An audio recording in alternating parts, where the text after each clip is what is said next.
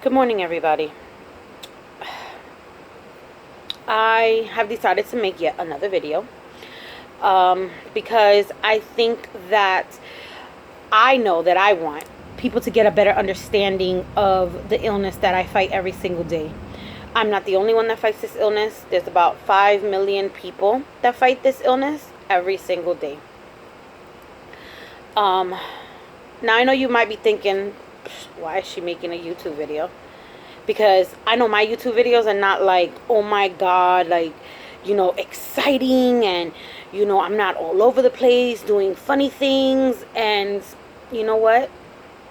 I'm just not there. I'm a very sick and chronically ill person who can't muster enough energy to create an exciting video. I don't have enough energy to, sometimes do my hair when I do the videos. But I want this video, I'm going to speak as real as possible, because I know a lot of videos, people make them and they use a lot of medical terminology. I'm not in this video. I'm going to tell you what gastroparesis is to me and how I see it. And, disclaimer, I'm not a doctor. I do know what I live with every single day. I know what I feel. I know what my emotions are. I know, how this illness is taking so much from me and that I want to get across. Okay. I'm going to show you things about me today that I have done previous videos of, but not on YouTube, of the reality of gastroparesis, and the reality of every other chronic illness that I have, because I will be mentioning them. And this video might be long and you might not want to watch it, and that's fine. If I can reach out to one person, to me, I've done my job. Okay? I know you're probably wondering, oh, look at her, like her hair is messed up again. But I have a reason for having my hair messed up.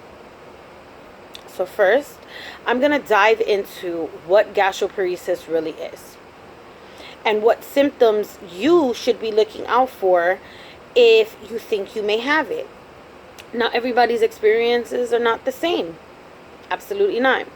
But we all have similar symptoms. The severity of them vary, but we all have similar symptoms. So, okay.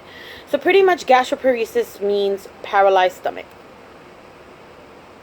And I know you're wondering, paralyzed stomach. What is the extent of a paralyzed stomach? Okay.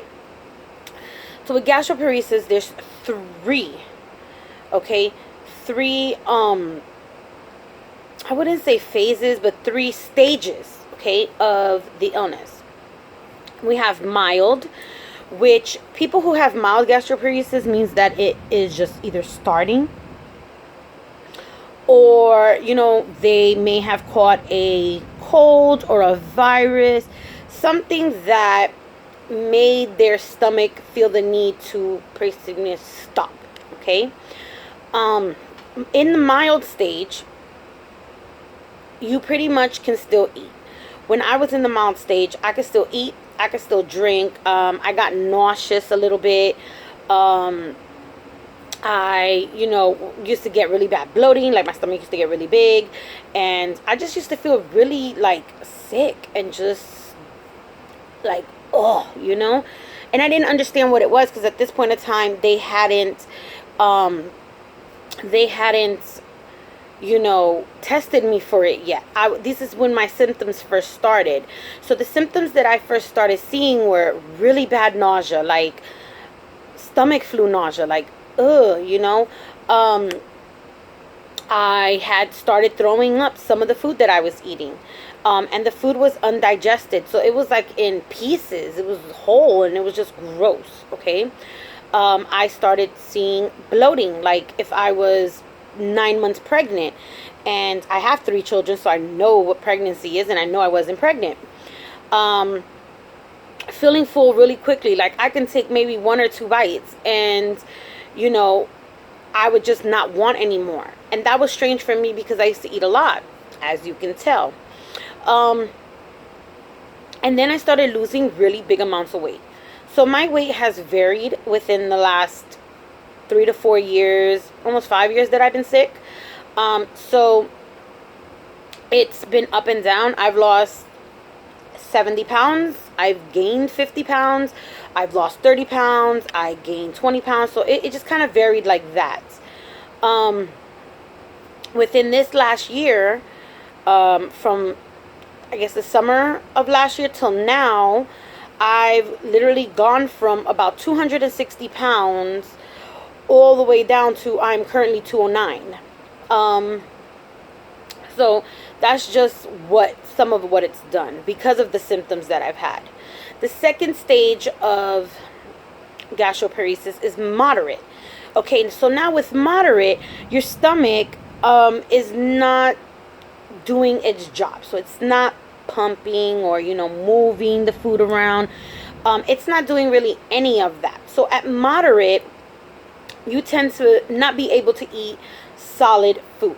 Okay, now that's not true for everybody, but that's true for a majority of the people fighting moderate gastroparesis. Okay, for me, that's when I got diagnosed. I was already at moderate, and I at that point was no longer able to eat solid food. I was only able to drink stuff.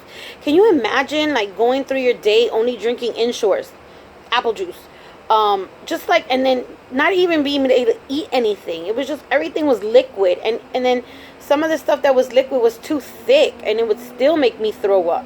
So it was like, what the hell? Like, what kind of life is this? And this is when my health started declining. Okay, I started losing even more weight because I wasn't even able to tolerate the liquids. Because after a while, you get tired of drinking liquids. I'm sorry. I've heard a lot of people say, oh, but at least you're still drinking stuff.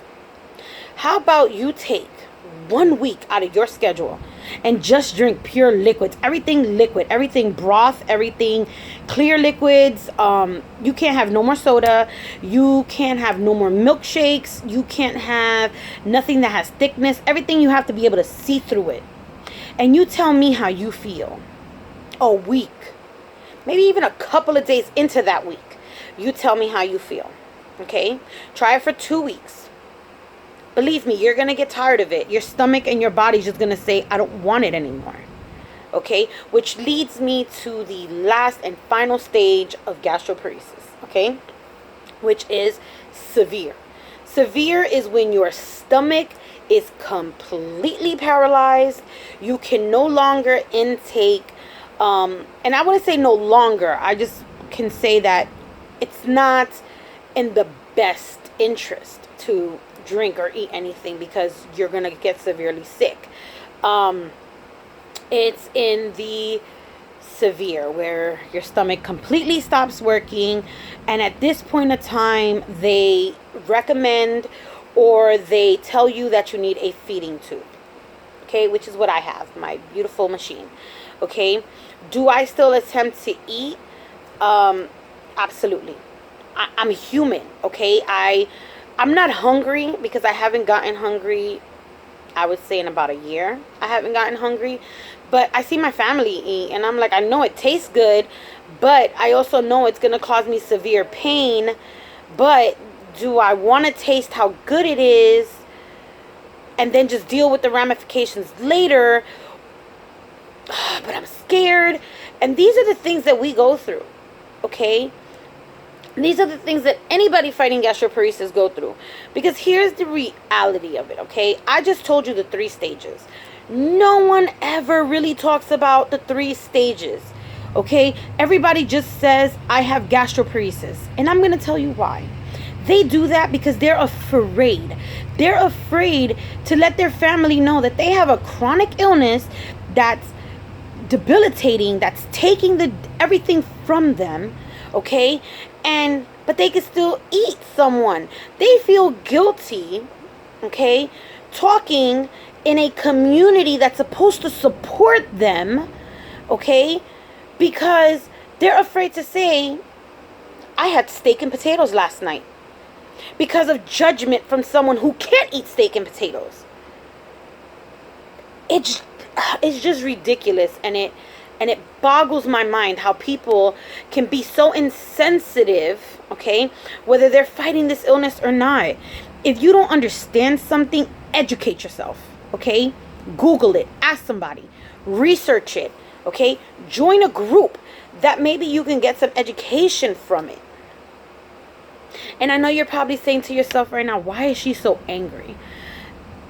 I am angry. Because a lot of people try to make videos to please others, to make themselves look better. When in reality, this illness isn't pretty, okay? It's not fashionable. It's not, oh my God, I need to put, no, it's none of that. This illness is none of that. And I've just gotten to the point where, you know what, I need to be as real as possible, okay? Because people need to understand this illness. And people need to start feeling guilt and feeling sorry for expressing that they work, that they're able to eat, that they're able to do things. Because guess what? I was those things. I was able to do those things when I first got sick too. Okay? And now I'm dependent on a machine. I'm dependent on my husband to help me shower, to help me get dressed, to help me do simple things because my body is slowly giving out on me. That's the reality of it. And now comes the part where I show you why my hair is still a mess. And I show you the parts of gastroparesis that people don't want to show you. Okay? Because that's the reality. And in order for us to be able to get a cure, or to be able to find someone to help us get a cure, or to be able to get education out there for gastroparesis, we have to drop the facade that we're always smiling, that we're always happy, that we're always, you know what I'm saying, trying to, you know, that we always got makeup on, that our hair is always done. We have to drop that, and we have to be real. And a lot of people don't like to be real. And you know what? I'm real. So here's what it is. The reason I have my hair a mess is because of this. I always have my hair up in a bun, or, you know, something where my hair is all together, because I no longer can wear my hair down or out because of this. Okay? I know you see it. This is the reality of malnutrition, okay, with gastroparesis. As you can tell, I don't even have to touch my hair a lot. Okay, look. Balding. Balding. Balding. Look at this. Balding. This is from gastroparesis. Okay? This is the reality. This is just one of the realities of gastroparesis. Okay? My hair severely damaged because of this illness. Show you something else. See my smile? See that? Look, I lost the tooth. I lost the tooth, okay? See this? Gapping. See that? See that? See that? That. I'm losing my teeth, okay, to this illness. I'm 38 years old, okay? And I'm losing my teeth. I eventually will probably need dentures before the time that I'm supposed to need dentures, because my teeth are loose, okay?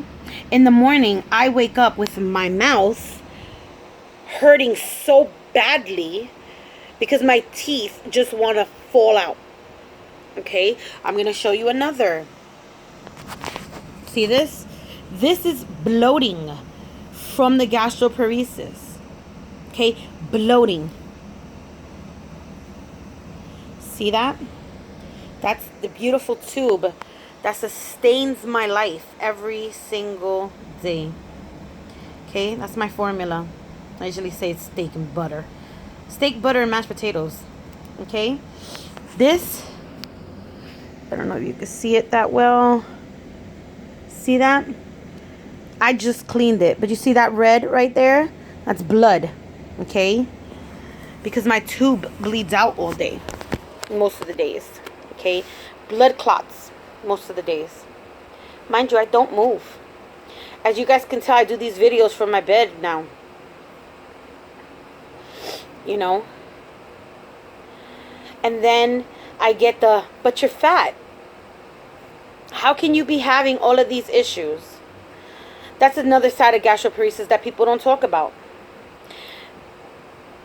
This illness, okay, it doesn't care about age. It doesn't care about race. It doesn't care about whether you're skinny or you're fat. It doesn't care whether you're sick or not. Because the reason I got my gastroparesis is because I have diabetes. Okay?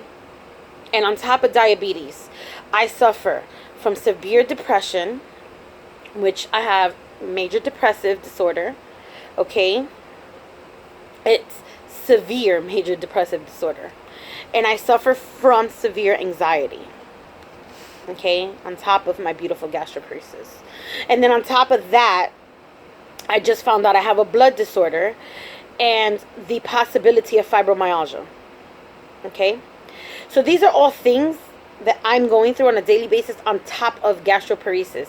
And this is what a lot of people go through on top of gastroparesis. So all these illnesses that we're going through tend to stress us out and flare up our gastroparesis, which makes everything worse. Okay? I know chubby people. I know skinny people. I've even met mothers of children, babies that have gastroparesis. I can't even begin to imagine, as an adult, as a 38-year-old woman, this illness is horrible. It makes me cry a lot. And I usually cry in my videos. I really don't care. Because I need people to understand the severity of it. I cannot imagine a child, a baby, 6 months old, 13 years old, going through this. Having to be dependent on a feeding tube. Some of them are not. But can you imagine being a kid, as a teenager, being able to eat anything you can and then not being able to do it? That is the reason why. That is the reason why I need this message to get out there. And I don't care if I look like an idiot. I don't care if I look weak and pathetic. This is the reality of it. The levels of pain that we're in every single day, that we cannot get up from our beds to do just the simple things that you guys take for granted. That you guys take for granted. We need help. Okay? We need people to share our videos, share our stories, share and advocate with us, whether you have this illness or not. And I know you might be saying, well, it's not as bad as cancer. It actually is. It actually is. This is slow death, and the worst kind that there is. Who the hell wants to starve to death? Who? I know I don't. It hurts. It hurts. And I don't know how much more I can say to get people to say, damn it. There's so many people asking for help, and I understand that, and we're not asking for money. We're not doing none of that. We're just saying help us spread the word that this illness is out there so that more people can get tested, so that more people can become educated on it, so that there can be people that can catch it on time, and they might be able to get the help that they need immediately and not wait and try to and find out when you're already in the late stages of it and you're like, oh my God, what am I going to do? So many people don't realize we've lost so many warriors to this. So many. Last year, I lost count how many times I had to put a green candle on my profile. That I ended up creating a collage, a picture, just for everybody to be able to share it. Because we're losing so many people. And a green candle alone isn't going to explain why that person passed away or what did they pass away from. This year alone, I think I've counted like 15 people alone. And yes, some of them did have other illnesses, but some of them did die from the complications of gastroparesis, okay? The complications are malnutrition, dehydration, your organs not getting enough nutrition, so they start shutting down. Your body tired and fatigued and exhausted, okay, of fighting an illness that is eating away at you. This is not fun. I don't like making these videos. I don't like sounding angry all the time. And I know some of my videos aren't. But unless we speak up and say what really is going on, no one is ever going to help us. No one. And now I'm speaking to the GP warriors out there. If you do not speak your truth every single day and educate people with what we go through, how can you expect anybody to help us? How can you expect anybody to be educated on it? Google isn't a tool for them to go on and learn about it, because everybody's experience is different. You have to speak up for yourself. You cannot get angry because someone doesn't understand or is ignorant and doesn't say the right thing about the illness. Educate them. Show them. If you're constantly putting up pictures that you're smiling and in a good mood all the time, they're not going to believe that you're sick. They're going to think that you're a joke. And this is the reason why we don't get enough education out there. So I know that I've kind of ranted on enough about this illness. And I've kind of ranted on about, the severity of this illness. But I just ask everybody out there that doesn't have this illness to think about how you would feel if you couldn't go out and get that cup of coffee that you get in the morning. Or you wouldn't be able to eat that sandwich that you love so much, or your mom's favorite dish, or whoever's favorite dish that you're used to, whether it's lasagna or pizza or any of them foods. Just take 5 minutes and just sit down and think, how would you feel if you couldn't do that anymore? If you had to be dependent on a machine to help you eat, if you had to be dependent on the people around you to help you, even take a shower, to get up, to get dressed, that your day, that the day that you're used to having is getting up and just doing everything yourself and just jetting out your door is no longer there for you. How would you feel? Would you want someone to help you? Would you want someone to give you a helping hand? I would hope so. And I would hope that same desire that you would want someone to help you, if you were in our shoes, that you would help us the same. So I hope that everyone hears this message loud and clear. And I hope you have a good day.